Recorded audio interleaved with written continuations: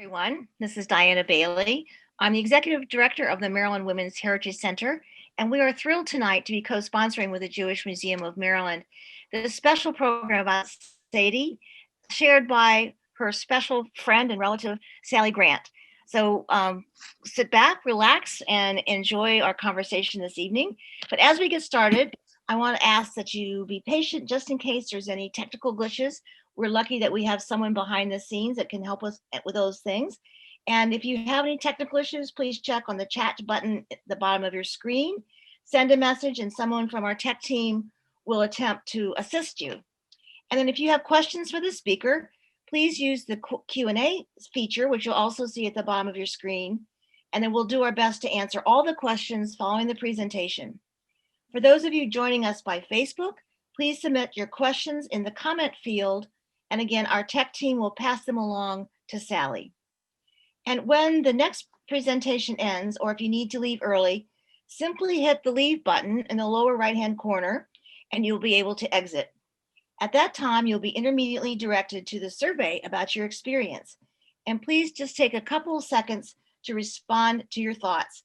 And that will help us learn from this program as we move forward in other stories of great women, as well as other programs that each of our organizations might be able to share. The real-time captioning is available throughout today's program. To view the captioning in Zoom, click on the closed caption button you'll also see in the lower right-hand corner at the bottom of your screen. If you prefer to view the captions in the separate window outside of Zoom, you can access them via the link in chat. So with that, a little bit of background, let's get right to the program. I'm happy to be able to introduce Sally Grant for many reasons. I've worked with Sally for decades. I probably shouldn't say that, but she's been an advocate for women and girls for those decades. And she's worked with the National Council of Jewish Women and served in leadership roles for that, as well as the House of Ruth. And I first met Sally when she was the chair of the Maryland Commission for Women. And from that, many other organizations she was involved with, including the ACLU. So she continues on our board, which we're thrilled to have her, but she's also worked continuously with the League of Women Voters. So we're happy to have Sally with us tonight. And I'm also like to introduce Tracy Guy Decker, and she's the Deputy Director of the Jewish Museum of Maryland, which means that she wears many, many hats. And from finance to project management, marketing, writing, to facilities, database setups, and reports, to moderating these public programs.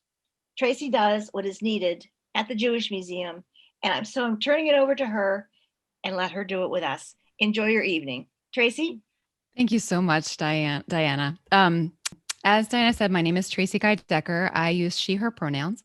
I am Deputy Director at JMM, and I am very excited to be having this conversation tonight.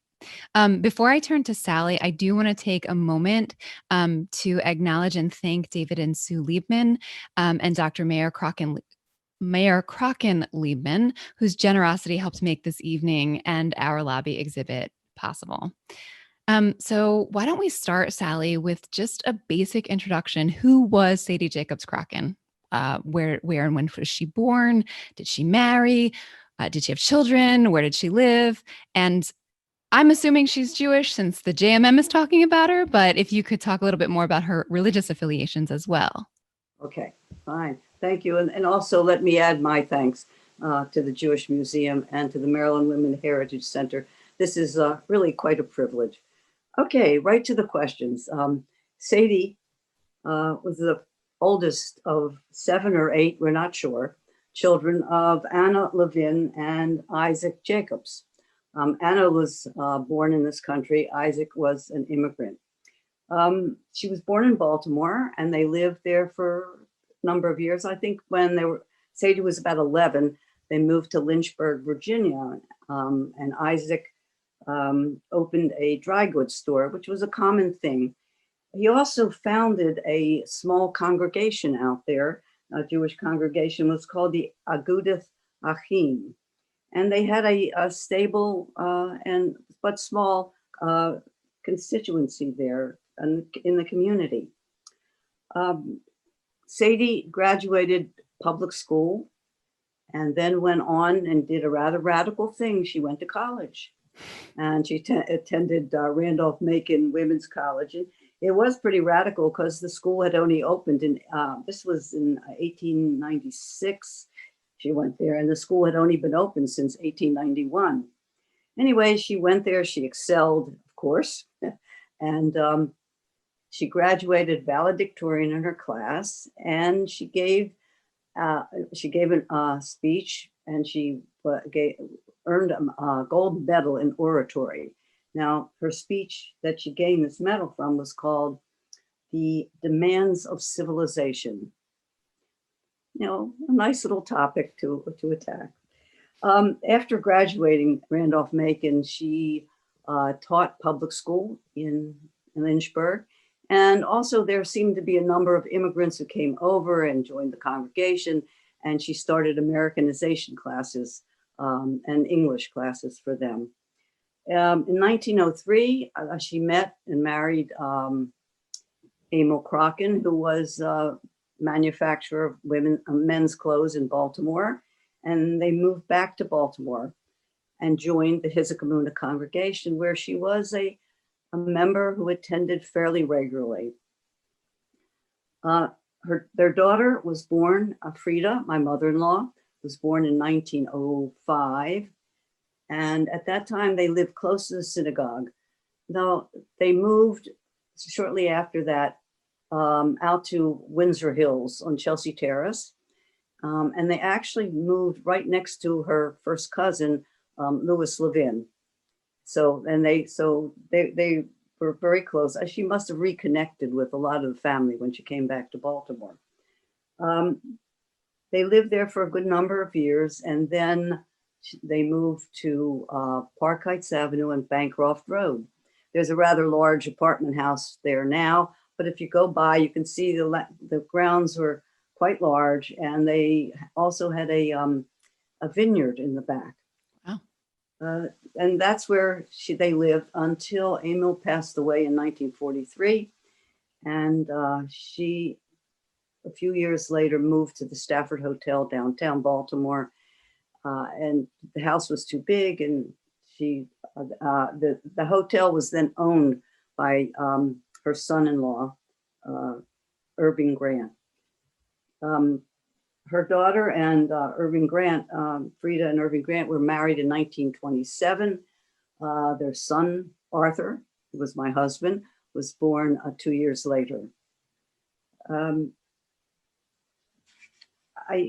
That's basically, well, Sadie lived at Stafford Hotel from about 1947 until 1965 when she passed away.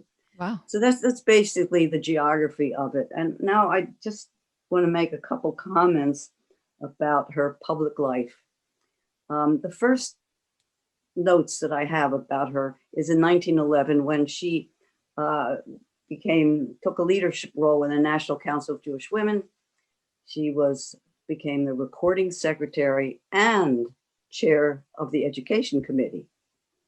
That seemed to be her modus operandi for the rest of her life. By 1913, she was really fully engaged in the community. She was working with Madeline Ellicott and the Equal Suffrage League in Maryland. And she had met and became quite friends with Henrietta Zold, and was working with the Hadassah and helping to establish the Hadassah organization right here in Baltimore. Sally, her public life lasted until 1957 when she was ill and no longer did public appearances. So you've already alluded to it, but I just want to confirm. So I'm going to call her Mrs. Crocken. Okay. You knew her though, because she was your grandmother-in-law. So she was your mother-in-law's mother. Right. You called her Grandma Sadie. Right. But I'm going to call her Mrs. Crocken throughout. And in fact, all the more because I want to share with our audience the anecdote that you shared with me right before we started about, you mentioned Madeline Ellicott. And tell the story again that you told me before we started. Oh, it's a wonderful story. After the 19th Amendment was passed, which is what we're celebrating really, Sadie and Madeline Ellicott had an office in downtown Baltimore, probably where Tio Pepe restaurant is, right around that area on Franklin Street. I'm not sure of the address. And it was the Baltimore City, it was the Baltimore area, actually, at that time, League of Women Voters and the Maryland League of Women Voters. That was their office.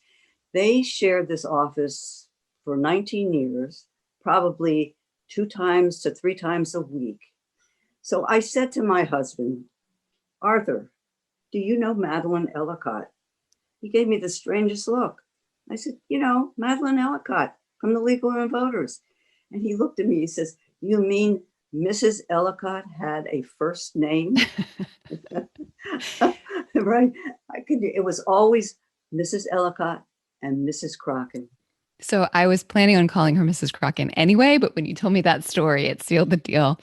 Before we go, sorry, go ahead. She would appreciate that. Yeah, I figured. And I understand. So you are her granddaughter-in-law, and I understand that there are several other descendants who were going to plan to be here today. If you are in the audience and are somehow related to Sadie Jacobs Crocken, can you use the raise hand? Does that work? Somebody on my tech team tell me if that is actually is a possibility. Oh, people are raising their hands. I see at least 1, 2, 3, 4 folks, 5, 6. Okay, 1, 2, 3. So we have at least 6 other folks in the audience today who are somehow related to Sadie Jacobs Crocken, which is really amazing. I'm in awe to that all of you are paying so much attention. So just thank you for being here, I guess. And before we go on to the next question for you, Sally, I want to remind the audience that we do, as I mentioned, have a very nice lobby exhibit in the building right now. That's our actual real life physical brick and mortar museum, believe it or not. And so I'm hoping my colleagues if you can do a screen share. So we're going to look at a few pictures of this lobby exhibit so that you can see. So this is sort of the frieze of what's there, and let's look at a couple of details so you can see some of the artifacts that we have from her in this exhibit. Absolutely. I had the pleasure of coming down to the museum and viewing this exhibit, and I think it's really worth the trip. It catches the essence of Sadie quite nicely. You can't ask for a better endorsement than that. Thank you. You started to say, Sally, about education. You mentioned that Mrs. Crocken was the chair of the education committee and that this was her modus operandi. And you also mentioned that she was fortunate enough to have a college education, which was, in your words, radical for the time. But it also seemed to be kind of a driving force for her. Why do you think education was so important to Mrs. Crocken? I don't know motivation. That's hard to figure out. But I have a feeling it was the family itself. Her family always promoted this, and it was the driving force. When I was preparing my notes, I had some other notes from a previous show and I counted almost like 15 organizations where she held a position, either president, vice president, and recording secretary. That seemed to be one of her wonderful jobs she liked to do, and chairman of education or Americanization or English as a second language, we call it now, but always that. And it always was, it was part of the thing she wanted to bring to a community and to an organization. She really felt that through civics education, we could have a more cohesive society. I guess she was a child of that theory of the melting pot. Yeah. So this was her way of supporting that theory. So you mentioned that she was quite an orator.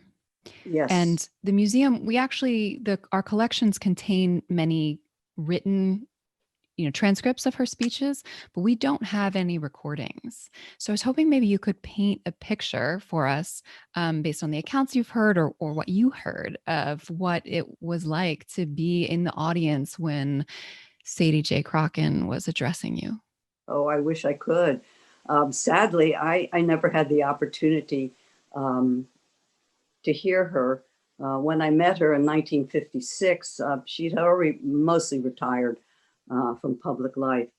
But I am told that when she spoke, it was well planned, it was to the point, on topic, and she used humor a great deal to get her points across.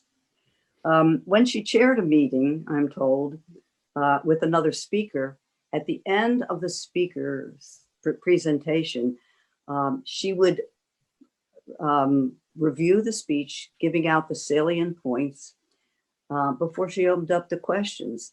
Now, legend has it that people came to these speeches, guest speakers, because Sadie was going to recap it at the end. And that's what they wanted to hear. But I don't know, that's the legend. And I love it.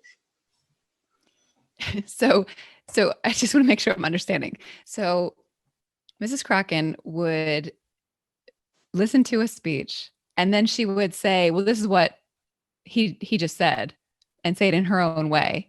And folks came specifically for her synthesis of the speech that she just heard. That's what I'm told. That's pretty great. Isn't that wonderful? That's really pretty great. So you just mentioned a bunch of organizations, and we understand that League of Women Voters, as you mentioned, Baltimore chapter of Hadassah, Baltimore Hebrew College, which is today Baltimore Hebrew Institute, and so many others that Mrs. Crockett either helped found or was a key officer in are still around today. That's and right. So I wonder what you think she would think or how she would feel about seeing so many of her children, if you'll forgive me, continuing to thrive here in the 21st century. Yes. Well, let me back up a minute. Let me mention the Baltimore Hebrew College, because it's about 100 years old now, too. I mean, 1920 must have been a really busy year for her. But when she was not just a founder, she was an incorporator, which meant that the success was based upon financial backing of this.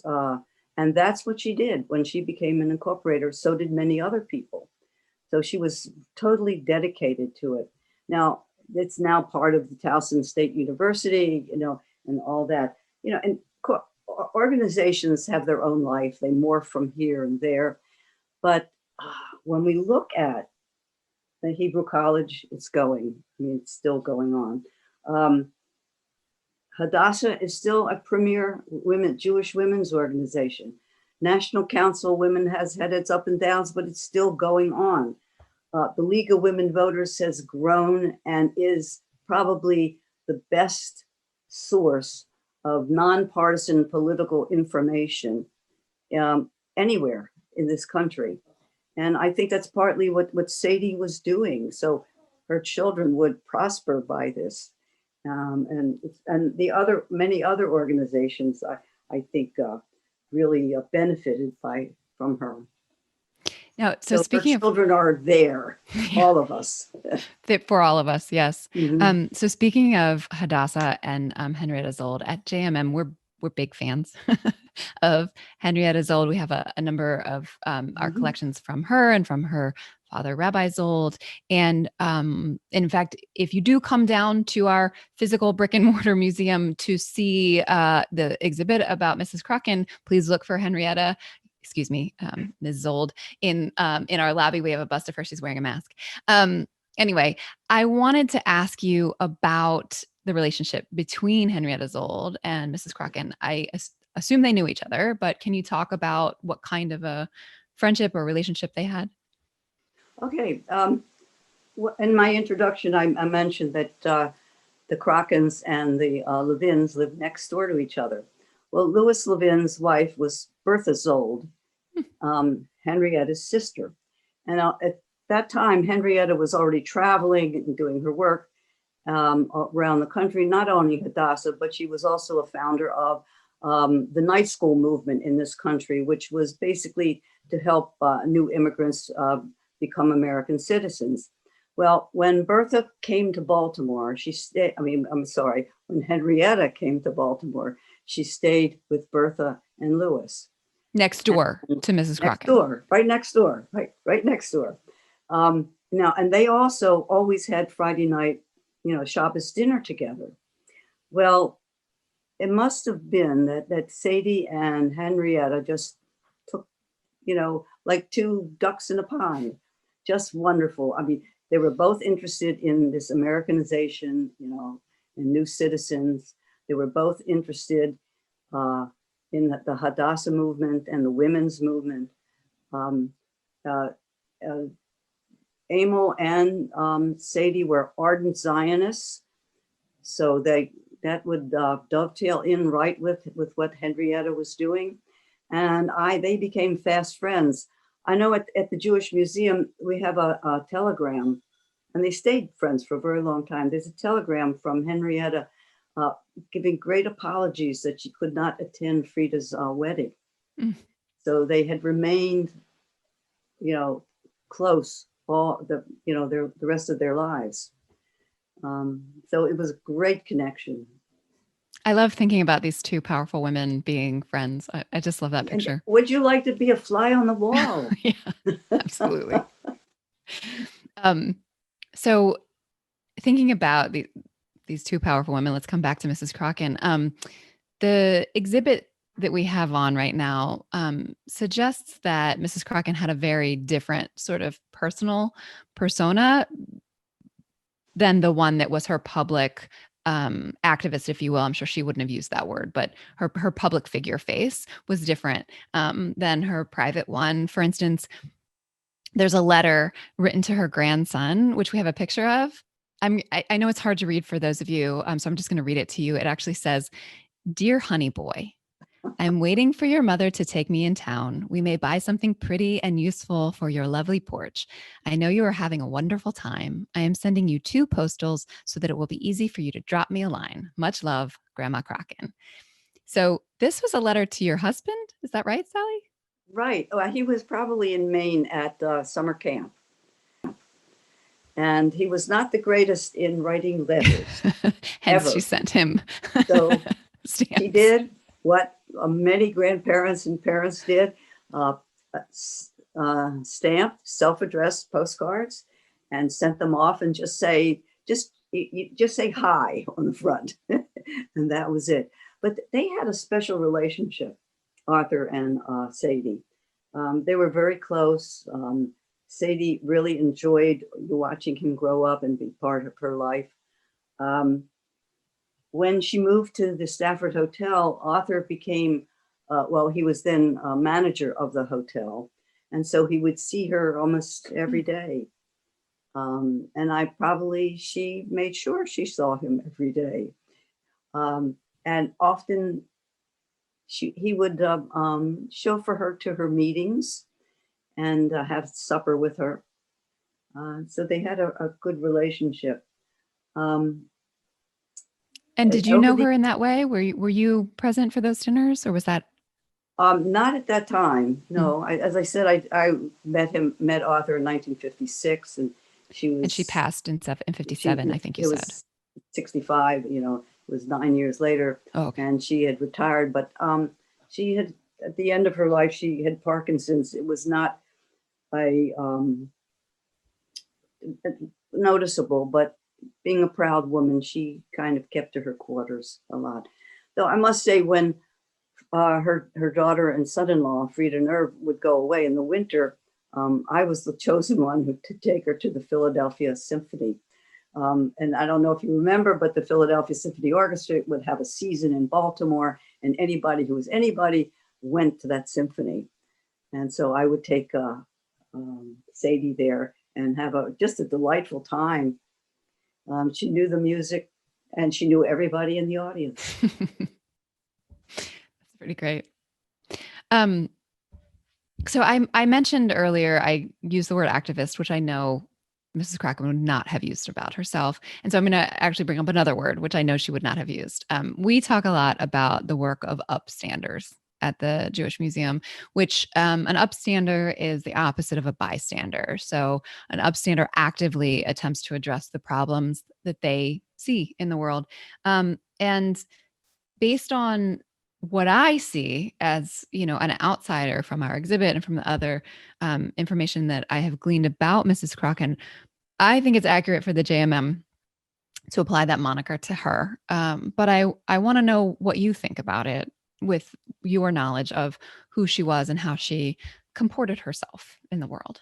Well, when I saw the word upstander in the text of the exhibit, it just struck me so right, so absolutely correct. I mean, there wasn't, when she saw something, she would do it, not just with the League and with Hadassah and with National Council, but with other things she would do. I mean, when she was working for women's rights, it was just not the vote.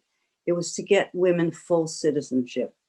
And to do this, she went down to the legislature and testified in 1930, I think it was, to testify that women should be on juries. That would be part of that citizenship process. Unfortunately, the legislation didn't pass until 1937, and a lot of the counties copped it out, but it worked eventually, you got it. But so many other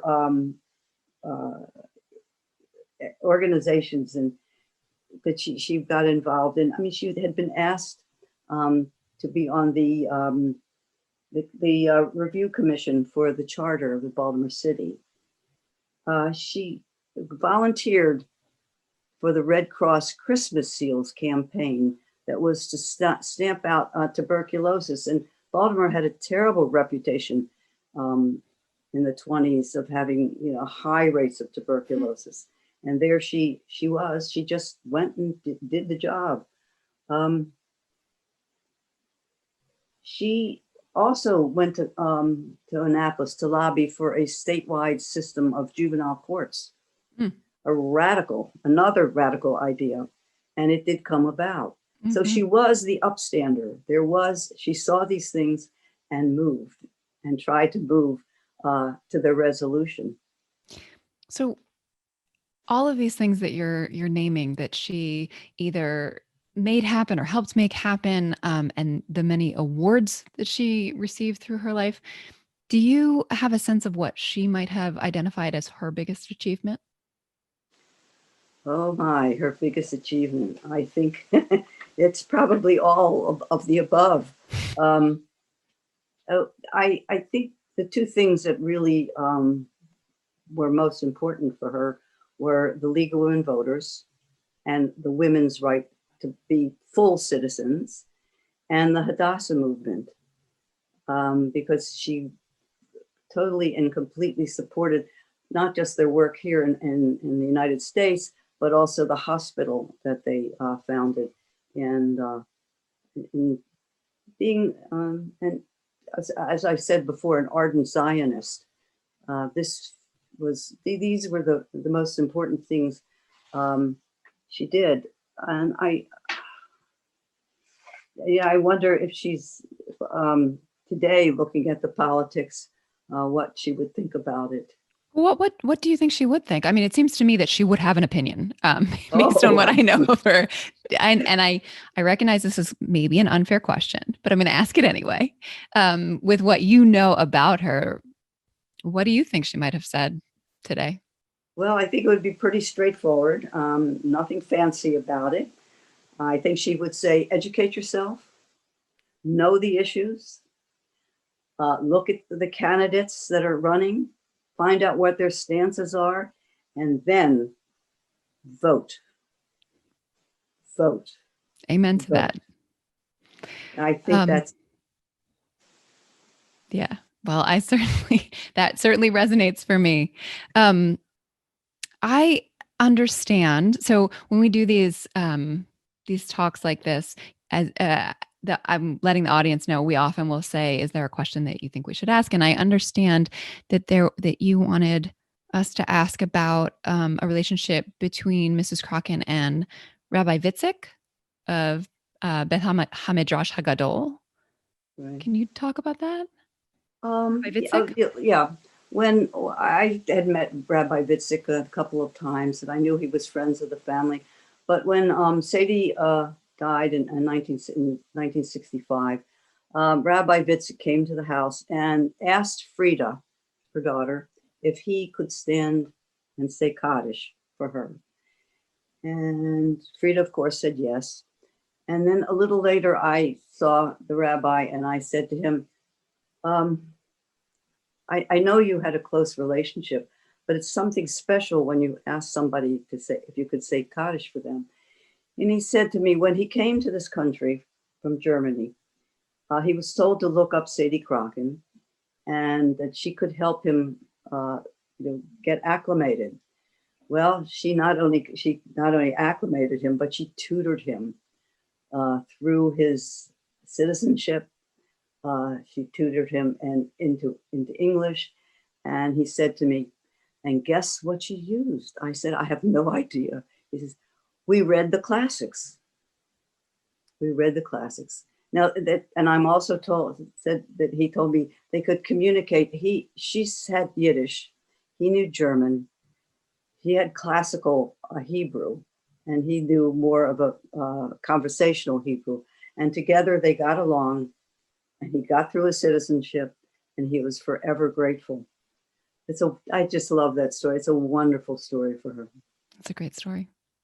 So, one more question from me, and then I'm actually going to turn to the audience and see what they want to know. And I'll give some instructions in a minute. But I'm trying to get a sense of sort of the balance for Mrs. Crocken between the humility and the confidence, because it sounds like she had quite a bit of both. And so I'm curious, how do you think she would feel if she knew today that she was the focus of an exhibit and a discussion with you, and that we have over, almost 70 people here listening? How do you think she would feel about that? Well, I have to laugh. I think she would feel it was her due. I really do. She had done so much. Well, it sounds like it was, so I think that's right. legitimate. And she was quite proud of what she did. She didn't brag. She would mention it in passing. But she, as I said, quite proud of all of her accomplishments. And to see, and also she would be, as you asked me before, very proud to see that they are flourishing. That's great. I'm going to turn to questions from the audience. So we have one question that actually a couple people have asked, which is about whether or not Mrs. Crocken ever went to Israel. Oh, yes, she did. It was Palestine. It was, let's see, just after Frida graduated Goucher College, which would be about 1924, or 5 or 6, something like that.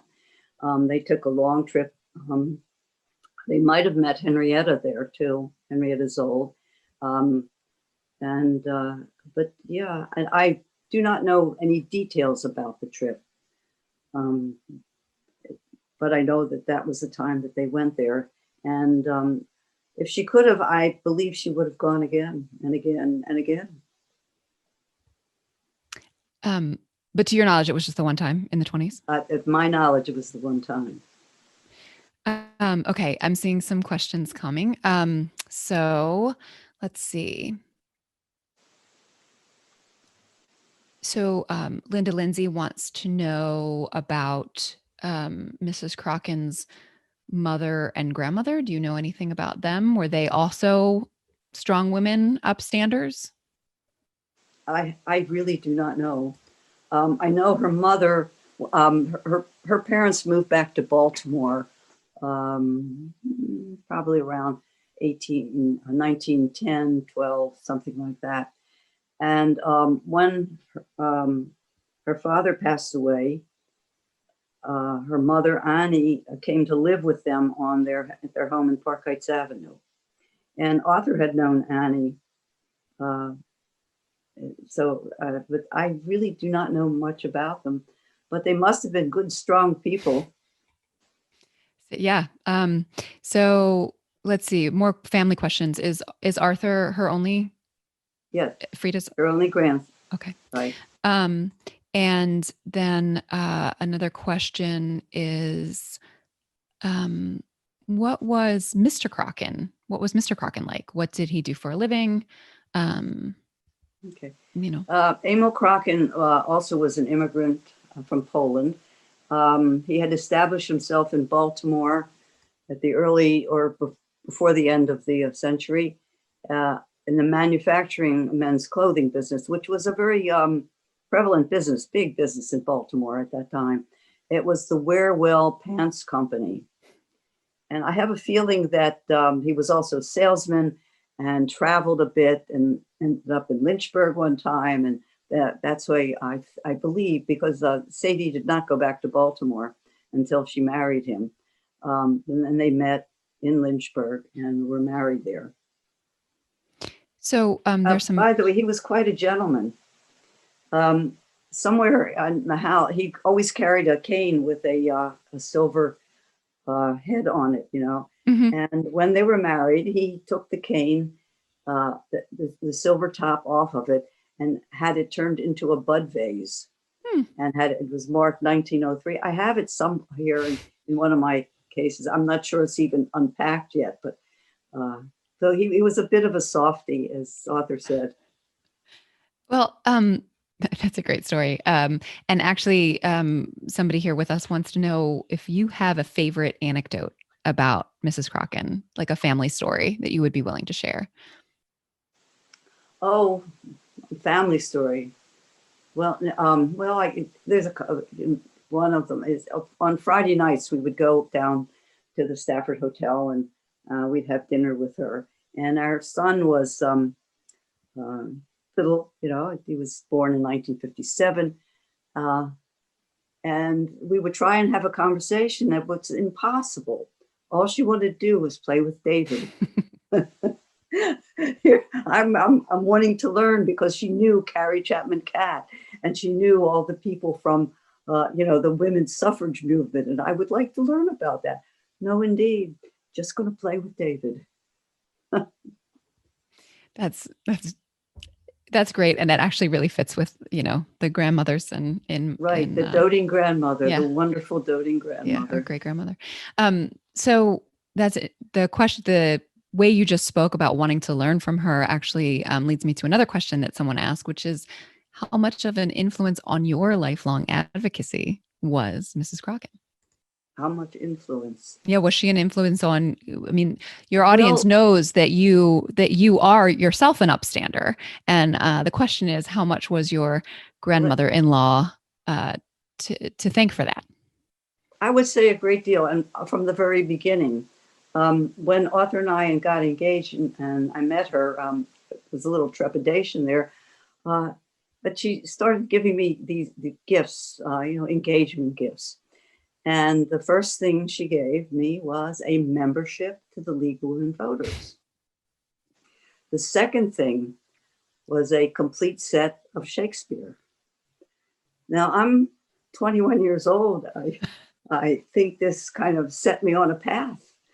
And I have never turned back. So I have a feeling she had a great deal of influence on me. And a lot of integrity in what she did, and it made good friends, all in the political world as well in the social world. In the political world, I would say she had Millard Tawes. I think his name was Paul Hammond. Were regular visitors to the Stafford Hotel, and so was McKeldin. To talk with her, to have a conversation about what was going on and about the women's issues that they, So I just want to make sure I'm understanding what you're telling me. You're saying that the mayors and future governors of the state would stop by the hotel to visit with Mrs. Crocken and learn from her and get her advice. That's right. amazing. I love that. Indeed, it's awesome. Yeah. Yeah. As the kids would say, hashtag goals.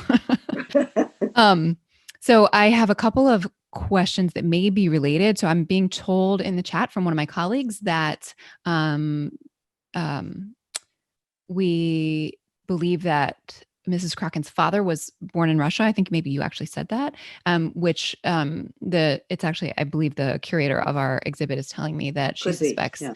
she suspects that his immigrant history may be part of the reason for her focus for Americanization and focus on citizenship.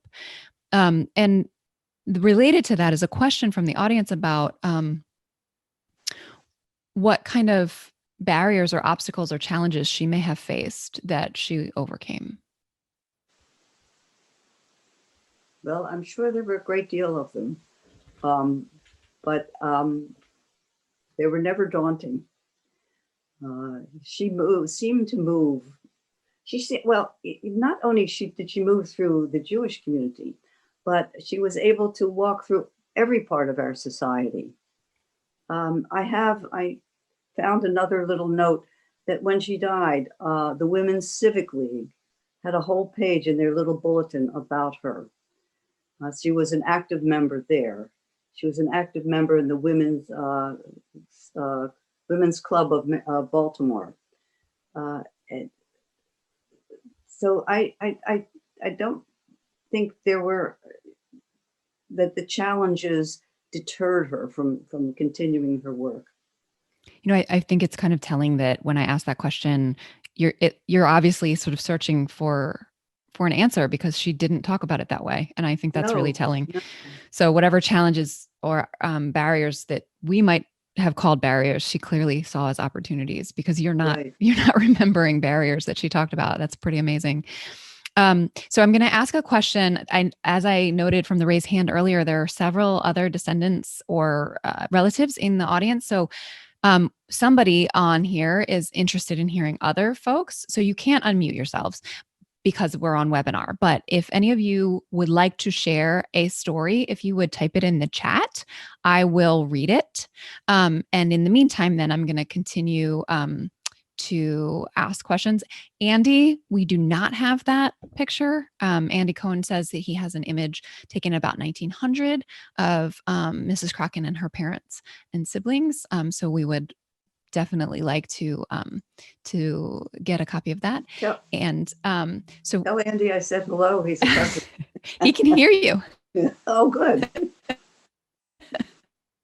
So relatives, if you want to put in the chat your anything you remember that you want to share about Mrs. Kraken, and while you're typing, I'm going to ask Sally about did Mrs. Kraken take her advocacy work? We've talked a lot about Baltimore, and the question from the audience is, did it expand beyond the reach of Baltimore? Did she take her advocacy work outside of the Baltimore area? For the most part, no, but sometimes she did. She did attend around 1918. She was a delegate to the Zionist conference in Philadelphia. Carrie Chapman Catt had asked her, Carrie Chapman Catt went on to do international work, and she asked Sadie if she would join her. And Sadie declined, saying, no, there's plenty of work for me to do right here. So she stayed there, though she did join the Women's International League for Peace and Freedom. And Carrie Chapman Catt was an early advocate for the League? International Women's Rights. International Women's Rights. Well, she was really the founder led the suffrage movement. And then when the 19th Amendment was passed and Maud Dowd Wood became the first president of the League of Women Voters, Carrie Chapman went on to more international work. Cool. Great. So the answer is, it sounds like she saw so much need here that she didn't want to stretch herself for the most part. I have another little anecdote. Please. During the suffrage movement, when they had meetings and demonstrations in Washington, she did attend one or two, but she said to me, it would be unseemly for women to stay in a hotel. So the women in Washington, D.C., would have to find places Homes. and homes for people coming in. And so she did not attend too many of them, but one or two times she was in Washington. That's really interesting that the Shan ended up living in a hotel for many years. That's true. Right. Okay, so I have a question. It says Mrs. Crocken's picture is on the wall of Hadassah Greater Baltimore's past presidents. I believe you said earlier she was one of the early, was she the first president of Hadassah Yes. Greater Baltimore? Yes, and she was there for 13 years. Wow. Wow. Yeah, that's significant. You know what amazes me? And all that she's done and all that, we're talking about her, and there's probably more that we don't even know. Her tools was a telephone and a pen and paper. Mm. And her voice. And her voice. That's where her tools. Yeah. Yeah. And her mind, it sounds like. I'm still stuck on this thing that she would recap a speech. Right. And I'm still stuck on that. That is something I would, yeah. I'd like to be able to say that that people come to listen to my recap more than the speech that was given. Amazing. So Suzanne is sharing with me that her grandmother, Suzanne's grandmother, I assume this is Suzanne Levin Lapidus.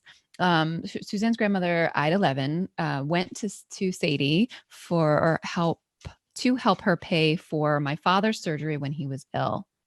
And also, there's a photo of Mrs. Crocken with Eleanor Roosevelt.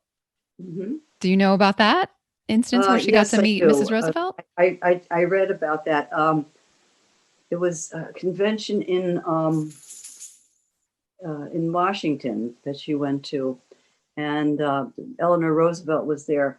I have some notes about that, but not right here. And it was one of those things that I just found in the last day or so. But she was, it was a one-time visit, that I know. I don't think they were bosom buddies. Okay. So let's see. Another Betsy Levin says, "Hi, Sally. Wonderful talk." Betsy is Louis H. Levin's granddaughter, and she remembers Frida, but doesn't remember much about cousin Sadie. I do remember the brass plate that said Crocken on the steps of the house on Chelsea Terrace, long after the Crockens were gone. Right. Arthur told me about that. In fact, we once made a pilgrimage over there to see if it was still there. The houses were gone, the steps were there, and there was a Crocken written in the cement of a step, but the brass plates were gone. Mm-hmm. The brass was gone. Mm-hmm. Great. Those are the only. Hello to Betsy. No, go ahead. I was just going to say hello to Betsy. It's good. I'm glad you're here. So we have a question from Susan. What was the climate like for Jewish families in Lynchburg? If you know, she says she's from Virginia and only knew one Jewish family growing up. Do you know what that was like when she was there? I don't know what the climate was like, but as I said, it was a small but very stable community, and they did found a synagogue there, and I imagine that was a good center for their social life and their as well as their religious life. That's about all that I know.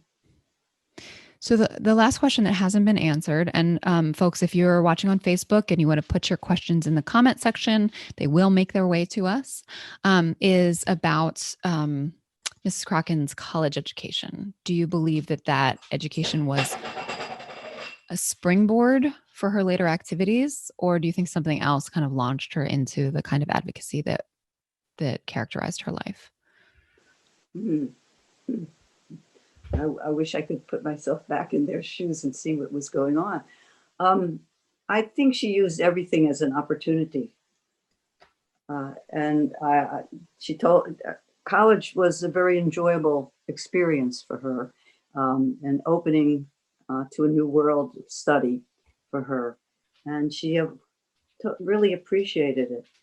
She did the best of anybody I know I mean, being valedictorian and winning the oratory prize.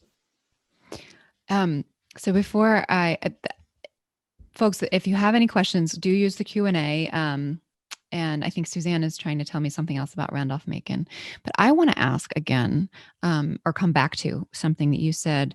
You mentioned some of the early gifts that Mrs. Crocken gave to you, the membership to the League and the Shakespeare. I want to hear more about the gifts that she gave you, because it's such a seemingly small thing, and yet when the audience asked you about what influence she had on your being an upstander, that was the first thing that came to your head. So I want to hear more about gifts that she gave you. Oh, well, besides her grandson. There was one other thing that it really puzzled me. She told me I needed a blue beaver coat. And she took me to a furrier and had a blue beaver coat made for me. There was some other wonderful, some china and things for the household. You know, the kind of things nobody wants today, but I just love them. We still use them. She really had downsized most of her possessions. So between the beaver coat and the Shakespeare and the membership, I was a little overwhelmed. Yeah. I'm just imagining like my grandmother-in-law taking me to a furrier. I'm having a really hard time imagining what that was like. Suzanne says is about Randolph-Macon, amazing place for women at the turn of the century, and listing other folks who also graduated and came to Baltimore. Ellen Jandorf's mom, Mrs. Speart, who would have been 120 years young today. I think we're coming to the end of our time. There are a couple of things that I want to point out, some resources. So thank you all for coming. Sally, thank you so much for sharing what you know and for sharing your direct experiences with Mrs. Crocken. I feel like I have a much fuller picture now than I did before we sat down. So thank you so much. Folks, when you click leave, you will be directed to a survey. Please take it. It really does help us. And before you leave, my colleagues are going to now add some links in the chat. So you will find a link to the Jewish Museum of Maryland website, which is brand new. Please check it out. You will find a link to the Maryland Women's Heritage Center. Thank you again to them and to Diana for their partnership in this. And you will find a link to a podcast called Ballots and Beyond. And there is an episode about Mrs. Crocken featuring Sally that you should check out. And I also saw earlier someone shared that there is a short audio. Oh, this is the Ballot and Beyond, the short audio biography of Sadie read by Sally on Ballots and Beyond. So we'll stick around for a couple of minutes so that you have a chance to cut and paste those links that my colleagues have put into the chat. And thank you again for joining us. And thank you again, Sally. It has really been an honor and a privilege to have this conversation with you. Oh, my thanks to you. I've very much enjoyed it. Thanks, everyone.